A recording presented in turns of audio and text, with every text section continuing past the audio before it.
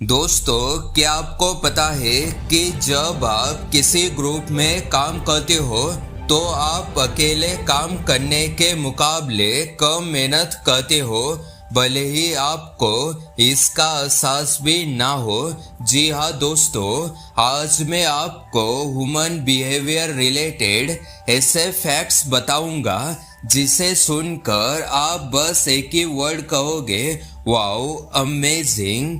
तो चले आज की इस वीडियो को शुरू करते हैं। नंबर 5 दोस्तों, 1913 में एक फ्रेंच इंजीनियर मैक्सिमिलियन रिंगलमन ने एक एक्सपेरिमेंट किया जिसमें उन्होंने लोगों को अकेले और फिर ग्रुप में रस्सी खींचने को कहा। हैरानी की बात यह थी कि जब एक इंसान अकेले रस्सी खींचता था तो वह अपनी पूरी ताकत लगाता था, लेकिन जैसे जैसे ग्रुप में लोगों की संख्या बढ़ती गई, हर इंसान की इंडिविजुअल मेहनत कम होती चली गई। इसे रिंगलमन इफेक्ट या सोशल लोपिंग कहा जाता है। दोस्तों, इसकी वजह यह है कि जब जिम्मेदारी कई लोगों में बढ़ जाती है तो हर इंसान के दिमाग में अनकॉन्शियसली यह ख्याल आता है कि कोई और तो कर ही रहा होगा। यही वजह है कि बड़ी टीमों में अक्सर काम की क्वालिटी गिर जाती है और छोटी फोकस टीमें ज़्यादा असरदार साबित होती है। तो दोस्तों, अगली बार जब आप किसी ग्रुप प्रोजेक्ट में हो तो खुद से पूछिए, क्या आप सच में अपना 100% दे रहे हैं या आप भी उसी भीड़ में छुप रहे हो। नंबर 4 दोस्तों, साइकोलॉजिस्ट रॉबर्ट जॉयस ने एक इंटरेस्टिंग एक्सपेरिमेंट किया जिसमें लोगों को अलग अलग अनजान चेहरों की तस्वीरें अलग अलग बार दिखाई गई। नतीजा यह निकला कि जिस चेहरे को लोगों ने सबसे ज़्यादा बार देखा था उन्हें वही चेहरा सबसे ज़्यादा पसंद आया, सिर्फ इसलिए क्योंकि वो उनके लिए ज़्यादा जाना पहचाना हो गया था। इसे मियर एक्सपोजर इफेक्ट कहा जाता है। दोस्तों, यही वजह है कि जो गाना आपको पहली बार सुनने में अजीब लगता है वही गाना कुछ दिन बाद आपकी फेवरेट प्लेलिस्ट में आ जाता है। यही वजह है कि क्लास में जो लड़का या लड़की आपको रोज दिखती है, धीरे धीरे आपको उससे एक अपनापन महसूस होने लगता है, भले ही आपने उससे ठीक से बात ना की हो। दोस्तों, इंसानी दिमाग जानी पहचानी चीज़ों को सेफ मानता है और सेफ चीज़ों को हम नेचुरली पसंद करने लगते हैं। नंबर 3 दोस्तों, 1964 में न्यूयॉर्क में एक लड़की पर हमला हुआ और कहा जाता है कि आसपास के दर्जनों लोगों ने यह देखा, फिर भी किसी ने मदद नहीं की।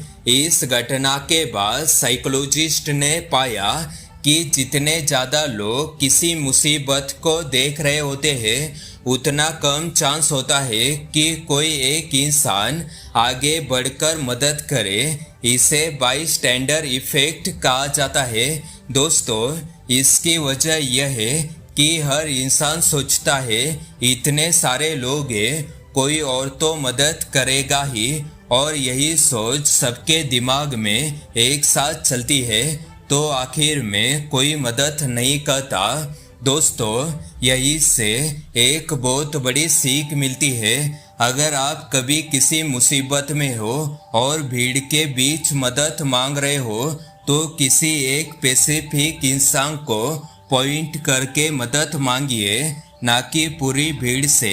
अगर आप किसी को मुसीबत में देखें तो यह सोचकर मत रुकिए कि कोई और मदद कर देगा। नंबर 2 दोस्तों, कभी आपने नोटिस किया है जब किसी शर्ट पर लिखा होता है MRP 2000 अभी सिर्फ 999 में, तो वो शर्ट बहुत ज़्यादा सस्ती लगने लगती है, भले ही उसकी असली कीमत सिर्फ 500 ही क्यों ना हो। दोस्तों, इसे एंकरिंग इफेक्ट कहा जाता है।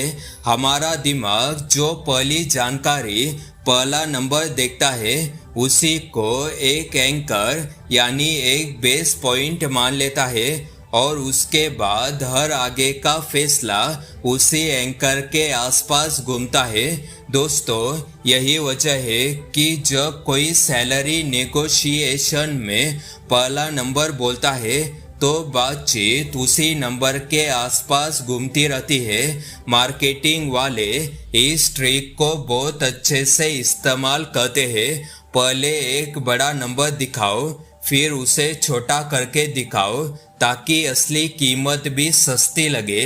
दोस्तों, अगली बार जब आप कोई डील देखें या कोई नेगोशिएशन करें तो याद रखिए कि पहला नंबर हमेशा सच्चाई नहीं होता, वह सिर्फ एक एंकर होता है जिससे आपको प्रभावित किया जा रहा होता है।